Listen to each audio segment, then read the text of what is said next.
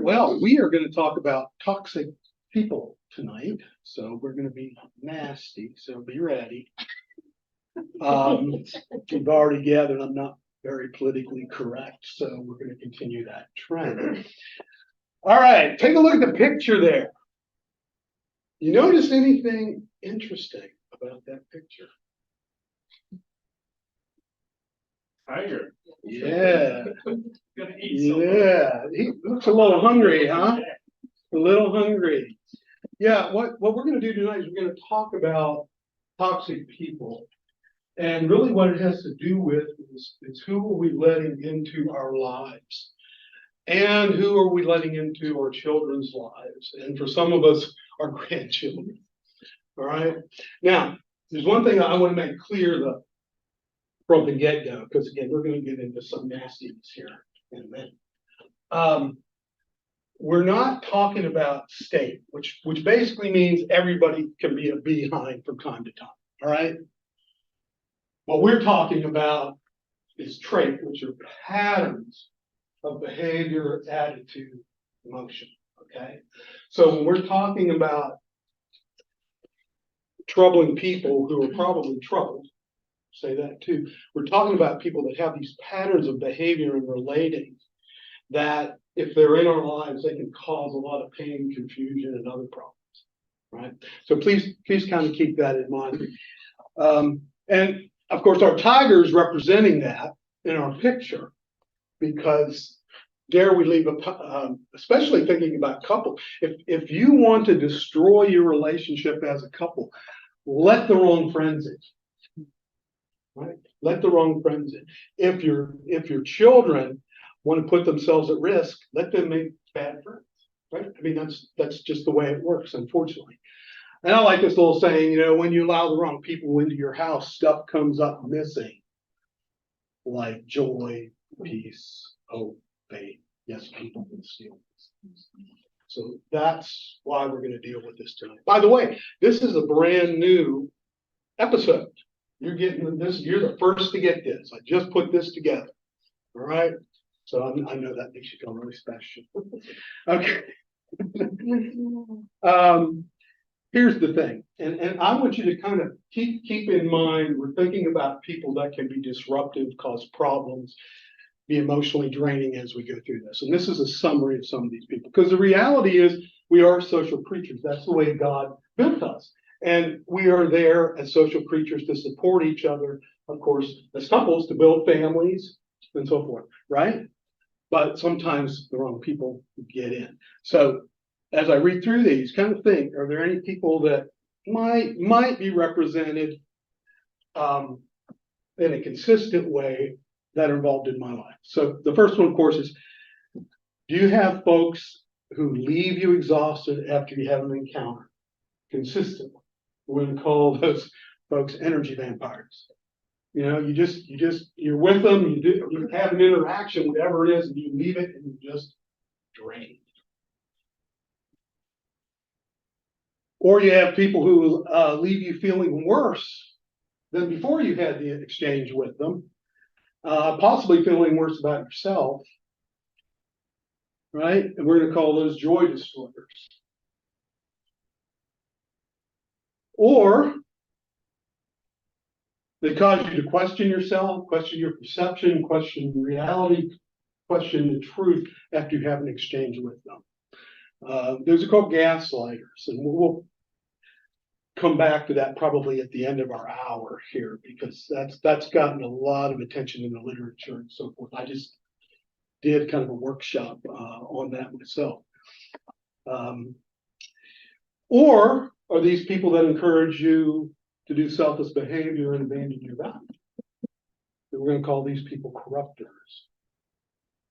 So what we're going to start with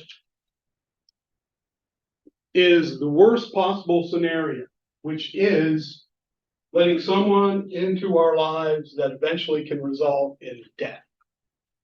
So we're going to go to the extreme. And not only that, but you're in for a bonus, because we're going to throw in a Bible story that I'll bet you didn't hear when you were in Sunday school as a child. All right. You're going to remember Absalom, right? If my clicker works, okay. Remember Absalom. Do not be misled. Bad company corrupts good character. That's First Corinthians. I'll read a little bit of this. I'm going to jump around, but if you want to look at the whole story, it's 2 Samuel 13, verses 1 through 28. So this is, if you remember, Absalom essentially rose up in rebellion against David. David had to flee, right? You probably heard that story. This happens before that, right? So anyway, in the course of time, Amnon, son of David, fell in love with Tamar. So remember, there are a lot of half brothers and half sisters, you know, in the family. The beautiful sister of Absalom, son of David. All right, so get that in your mind. He is head over heels over Absalom's sister. Now, Amnon had an advisor named Jonadab. He's the guy we're talking about tonight. Jonadab, son of Shemaiah, David's brother. So it's his first cousin, right? And the Bible I had to look it up in the Hebrew, and this is what it says. Jonadab was a shrewd man, right? So what happens is he devises a plot. He said, "Come on, you're the son of the king. Why are you all weepy and sad because you can't have your sister? Here's what you do. You pretend you're sick and you tell your father David that you want Tamar to come and kind of cook some things for you and kind of help you while you're sick." And so he did that. And of course, the rest of the plot was, but when she took it to him to eat, the food she'd cooked, he grabbed her and said, "Come to bed with me, my sister." So he ends up raping her. And I won't go into all the detail, but a virgin wore special clothing. There was a special appearance and so forth. And she was seen by her brother Absalom with things torn and so forth. And he said, "Just don't say anything. We'll get it taken care of." So time goes by. A year or so goes by. And Absalom asked King David, "I want to have a get together with all my brothers. And we're going to have a feast and so forth." So, and of course, he wanted to make sure that Amnon was there. And so all the brothers were there. And then he says, "Strike Amnon down." This is to his servants. "Then kill him. Don't be afraid. Haven't I given you this order? Be strong and brave." So the conspirator is Jonadab, who not only orchestrates lies and deceit, but a rape, and then eventually the death of his friend. So be careful who we let in. Again, this is an extreme example. All right, these are some patterns I wanted to go over. And if you guys think of things, I don't want names, of course, but if you think of some people you've got questions about, you just chime in. You feel free, okay? Patterns, manipulations. This is a common tactic. We're gonna touch on a couple of what are called personality disorders without getting too deep into those. But if we think about narcissistic folks, sociopathic folks, and so forth, these are some of the methods that they use. Lots of manipulation, tactics to control, and they look for vulnerabilities. And that's one of the things that narcissists and especially gaslighters will try to do. Now, the point of me saying that is this: be careful who you share your secrets with. Because you have probably found, I think everybody's lived long enough in this room, right? Where there have been people where you have trusted things with, and then they probably got repeated. Or they were used against you in some way. And if you haven't experienced it, hang on, you will.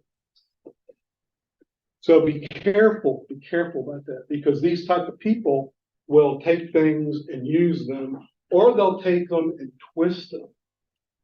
Depending if they're angry with you, they're jealous of you, or what have you. So be very careful who you share your intimate details with. Constant negativity. I did a little research recently where I was looking at longevity. And there are people that research longevity, how long, people hang around, how long they live. And what was real interesting was there was one consistent thing that kept coming up, and that was positivity. He said, people that were living like into their 90s and over 100, these people were positive. They had a positive outlook on life. Which, if we flip that, of course, folks that are real critical, real negative, and so forth, actually get a shortening in their life. So I just throw that in, it's got a little bit extra there. But these people were so much fun to be around. You really want them at your parties. But just that negativity all the time, the Eeyore stuff, just all the time. Oh, everything's awful. This is horrible. Oh my goodness, the weather, whatever. But they're just, they're just not fun to be around. And again, going back to where we started, they will drain you. These are the types of folks that will drain you. And you probably have found out with folks like that, you really can't comfort them. You try. If it's a trait, if it's like wired into them, you can try to comfort them or reassure them or give them options, and it just doesn't seem to work, right? We used to call in the profession, we used to call those people yes butters. It's like you can give them great advice, you can tell them what path they need to be on, you can tell them what's wrong, and so forth, and they'll say yes. But okay, yes butters, all right. Drama seekers, there are some people that just are really, really good at consistently creating drama, and that's sometimes done for different reasons. Sometimes it's for attention, because they're creating drama to get attention. Sometimes it's just some people just get a sense of control over being able to stir stuff up. You ever meet somebody like that? They just seem to like to stir stuff up. And then some of them will just kind of step back and watch. You can tell those people because they're the only ones smiling in the room. Right? All right. But yeah, drama seekers. I'll be honest with you, maybe it's one of my personality flaws, of which I have many. I'm not real tolerant of drama. I just don't tolerate it. Anyway, people with lack of empathy, the ability to be with someone and get to feel what they're feeling, to understand that. That's totally opposite of a narcissist, a sociopath, a psychopath. They don't have empathy. That's why they can do a lot of those horrible, horrible things we hear about on the news. Because it's like the other part of that is they don't have a conscience. The people that are true sociopaths and psychopaths. But there's a lack of empathy. So, they can see the suffering of others and they just dismiss it, belittle it, what have you. There's actually a phrase, Schadenfreude. You ever hear that? That was actually in an animated movie a few years ago. Igor, I think was the name of the movie. Schadenfreude was a mad scientist. He was a mad guy. Schadenfreude is German for people who enjoy watching the suffering of others. So it can even go in that direction. Jealousy or envy. We've all run into these folks. Again, everybody can do some of these things from time to time. Looking for patterns. When you think about this, have you ever run across someone who's supposedly a friend, or forgive me, a family member, right? Because at least some of us have some toxic people in our families, who just can't seem to celebrate when you have a success. When you've had a triumph, when something good has happened, they just can't seem to, join in, and give you support and encouragement. It's like it's almost some of them almost look sour, with it.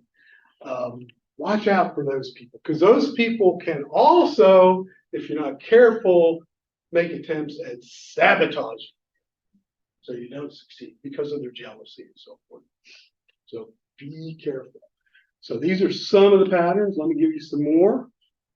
And of course, there's overlap between some of these, so please forgive me. Self-centeredness, we've all known folks who are just, it's about me, and it's about me, and that's it, you know? And if I have a choice between you and me, guess who's gonna be? It's gonna be me, right? Right? And they look at their own needs, their own desires, and they can dismiss other folks. I mean, this is selfishness at its peak, I suppose. Yeah, to the point where they don't even consider the well-being of others. I tell you what has scared me, that's probably not the right word, over the years where I have seen Christian folks, and by the way, I don't like the name. I like follower of Jesus or believer. I'm more comfortable with that because everybody's a Christian, right? I mean, they still tell us that the majority of people in the United States are Christian. I'd at least cut that in half as far as believers. You know, it's really anyway. But what has bothered me over the years is when money is involved, whether it's a Christian organization, Christian school, you know, whatever it might be, an individual, and they have an opportunity to take advantage financially, even though it's really questionable, maybe just outright thievery. I've seen them do it. I've seen them throw their values out the window, you know, to have financial gain, which is temporary. It's really rather stupid spiritually if they're truly believers, but I've seen it a lot. And that bothers me. I'll be honest with you. Blame shifting. Yeah. Do you ever run into someone that, you know, they just blow it and it's like they can't take responsibility. Oh, it's somebody else's fault. Well, if you know, they did that and that's why I did this and these are the reasons that they blame shift. There's something called the fundamental, I forgot all about this term. There's something called the fundamental attribution error, right? Which means that if an individual is watching someone else and they're going through a rough time, a lot of people will say, well, it's because, you know, they did something wrong or they made bad choices and they deserve it. But if you ask these same people when they are in the soup and they're having some sort of difficulty, they'll say, well, you know, it's really not my fault. It's because of circumstances or other people or think life's not fair or whatever.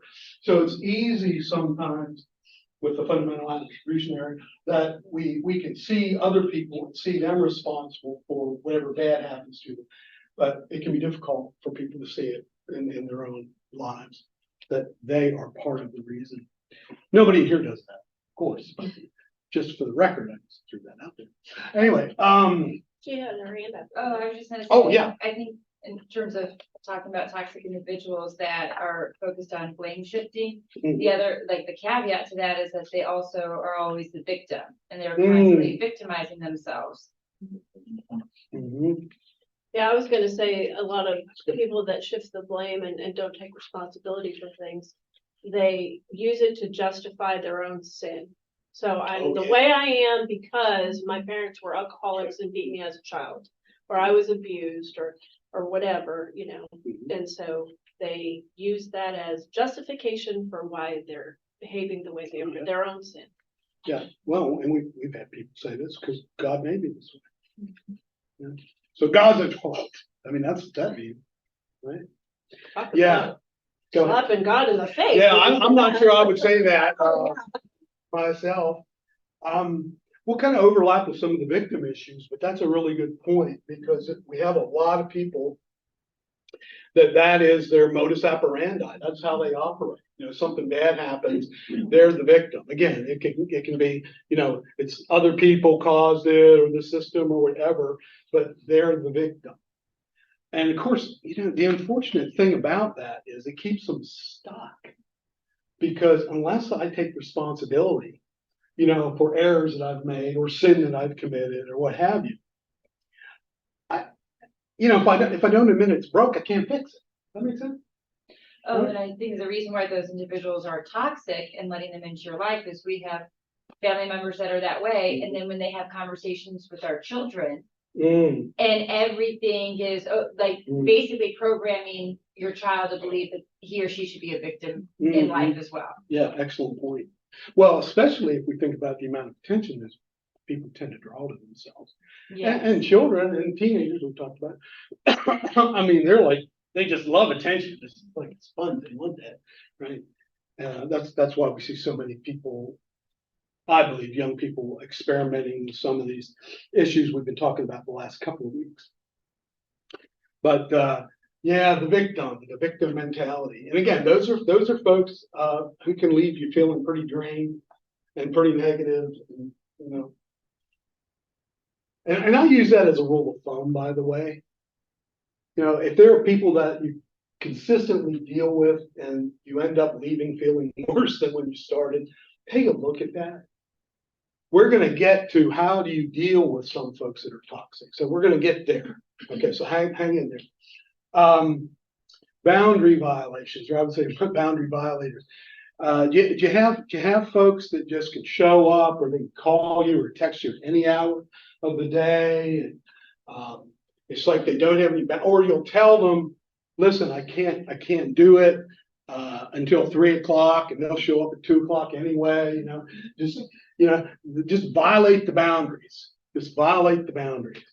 We're going to get, when we talk about how to deal with these people, we're going to talk about boundaries a little bit. Those people are just not fun to be with. Yeah, I had a buddy like that. He called me at 10 p.m. before I go to bed and be the first one to call me in the morning. What are you doing? Like, I'm sleeping. He talked to me.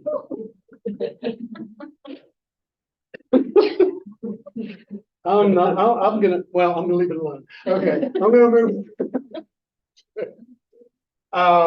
The chronic criticize.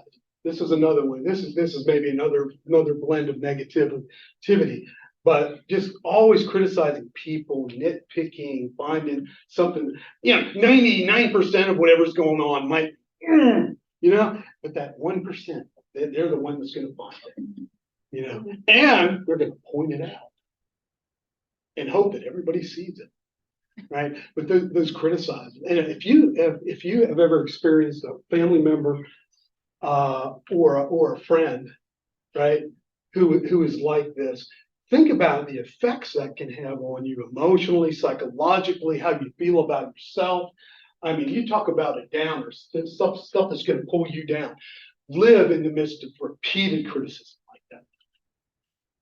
And some children, they grow up raised in families like that, where they're just pummeled with that negativity, that criticism.